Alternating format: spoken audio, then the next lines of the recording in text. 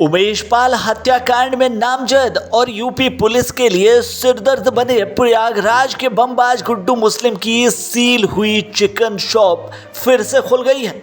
2 महीने पहले ही इस शॉप पर बुलडोजर चलाना था, लेकिन अचानक से प्रयागराज में ये शॉप खुली हुई नजर आई है। दरअसल प्रयागराज में उमेश पाल की हत्या के बाद सरकारी अमले के कई लोगों के आलीशान आशियानों पर बुलडोजर चलाया था। इस हत्याकांड में बमबाज गुड्डू मुस्लिम का नाम भी आया था। आपको बता दें कि उमेश पाल हत्याकांड को 100 दिन बीत चुके हैं। इसके बावजूद ना तो अभी तक माफिया अतीक अहमद की फरार पत्नी शाइस्ता परवीन का कुछ पता चला है और ना ही 5 लाख रुपए के इनामी बमबाज गुड्डू मुस्लिम को गिरफ्तार किया जा सका है। इतना ही नहीं, बमबाज गुड्डू मुस्लिम की जिस चिकन शॉप को प्रयागराज विकास प्राधिकरण ने सील करके उसके ध्वस्तीकरण का नोटिस चस्पा किया था, वो एक बार फिर खुल गई है। दरअसल गुड्डू मुस्लिम की चिकन शॉप खुल जाने से सरकारी अमले की सक्रियता और बमबाज पर उसकी मेहरबानी अब सवालों के घेरे में है। सवाल ये है कि सरकारी अमले ने अल्टीमेटम की मियाद 2 महीने पहले ही ख़त्म हो जाने के बावजूद गुड्डू मुस्लिम के घर और चिकन शॉप पर बुलडोज़र क्यों नहीं चलाया। साथ ही चिकन शॉप खुल जाने के बावजूद विकास प्राधिकरण आंखें बंद किए हुए क्यों है। आपको बता दें कि उमेश पाल हत्याकांड में बमबाज गुड्डू मुस्लिम का नाम और सीसीटीवी फुटेज सामने आने के बाद सरकारी अमले के कई लोगों के आलीशान आशियानों पर बुलडोजर चलाया गया था। बमबाज गुड्डू मुस्लिम का मकान और चिकन शॉप शहर के चकिया इलाके में माफिया अतीक अहमद के दफ्तर के पास है।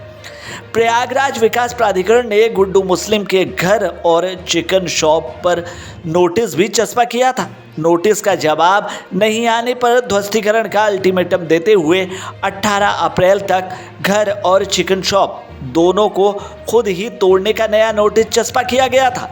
उम्मीद जताई जा रही थी कि 18 अप्रैल के बाद प्रयागराज विकास प्राधिकरण इन दोनों जगहों पर भी बुलडोजर चलाकर उसे जमींदोज कर देगा, लेकिन समय बीतता गया। ना तो गुड्डू मुस्लिम की गिरफ्तारी हुई और ना ही उसके घर के साथ साथ चिकन शॉप पर बुलडोजर चला।